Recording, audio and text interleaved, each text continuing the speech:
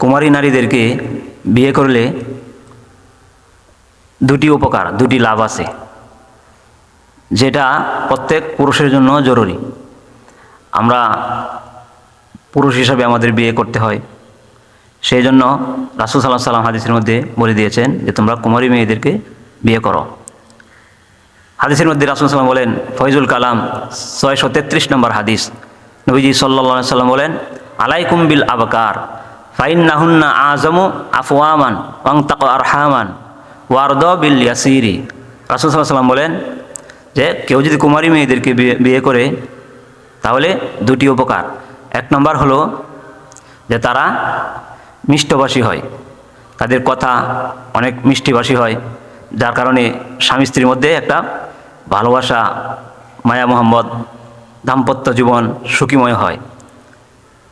আরেকটা হলো ওয়ানতাকু আরহামান, তারা অধিক পরিমাণে গর্ভধারিণী হয়।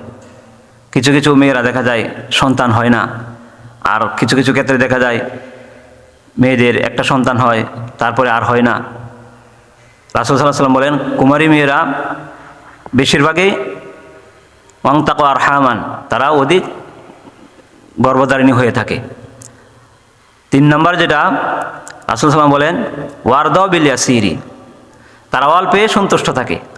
আমাদের সংসারের মধ্যে আমরা দেখে থাকি বিভিন্ন জায়গায় ঝগড়া লেগেই থাকে, কেননা তাদেরকে বেশি ভরণ পোষণ দিতে হয়, তারা অল্পে সন্তুষ্ট হয় না, বিভিন্ন জায়গায় নিয়ে যেতে হয়, তারা বাড়িতে বসে থাকতে চায় না। বিশেষ করে কুমারী মেয়েরা যদি কেউ বিয়ে করে, কোনো যুবক, কোনো মুসলমান যদি কুমারী মেয়েদেরকে বিয়ে করে, তাহলে তাদেরকে অল্পতেই তুষ্টি করা যাবে। আর পুরুষের যিনি বিয়ে করবেন তার টাকা পয়সা, অর্থ সম্পদ কোথায় আছে, কোন জায়গায় আছে, এটা কিন্তু কুমারী মেয়েরা জানে না, কারণ তার ঘরের মধ্যে নতুন আসছে। মোহতারাম হাজিরিন, মুহাদ্দিসিনে কেরাম হাদিসের ব্যাখ্যায় লেখেন যে কুমারী মেয়ে ছাড়া অন্য জায়গা থেকে বিধবা যদি কেউ বিয়ে করে, তাহলে তারা স্বামীর অবস্থান সম্পর্কে জানে, যে কোথায় টাকা পয়সা থাকে, কোথায় কি থাকে, যার কারণে একটু সমস্যা লেগেই থাকে। এর দ্বারা আমি এটা নিষেধ করি নাই যে বিধবাদেরকে আপনারা বিয়ে করবেন না, সেটা না। আমি যেটা বলতে চাচ্ছি, রাসূল সাল্লাল্লাহু আলাইহি ওয়াসাল্লাম বলেন যে কুমারী মেয়েদেরকে আলাইকুম বিল আবকার, তোমরা কুমারী মেয়েদেরকে তোমরা বিয়ে করো। সহিহ বুখারী শরীফের 4719 নম্বর হাদিসের মধ্যে রাসূল সাল্লাল্লাহু আলাইহি ওয়াসাল্লাম বলেন যে তুনকাহুল মারআতু লিআরবাইন, তোমরা মেয়েদেরকে 4টি বিষয়ে বিয়ে করো। 4টি গুণ যে মেয়ের মধ্যে থাকবে সেই মেয়েকে তোমরা বিয়ে করো, তাহলে তোমাদের পরিবারের মধ্যে শান্তি হবে। 1 নম্বর হলো লিমা আলিহা, রাসূল সাল্লাল্লাহু আলাইহি ওয়াসাল্লাম বলেন যেই মেয়ের, যাকে তুমি বিয়ে করার জন্য ইচ্ছা করেছ, তখন তাকে খোঁজখবর নিয়ে দেখো তার সম্পদ কিছু আছে কিনা।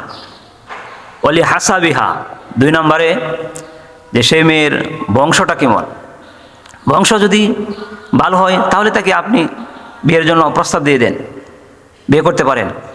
সহিহ বুখারীতে রাসূল সাল্লাল্লাহু আলাইহি ওয়াসাল্লাম বলছেন ওলি জামা আলিহা, 3 নম্বর হলো যে মেয়েটা সৌন্দর্য, যদি কোনো মেয়ে সৌন্দর্য থাকে তাকে সেই মেয়েকে তোমরা বিয়ে করো, অর্থাৎ সৌন্দর্য দেখে মেয়েটাকে বিয়ে করে নাও।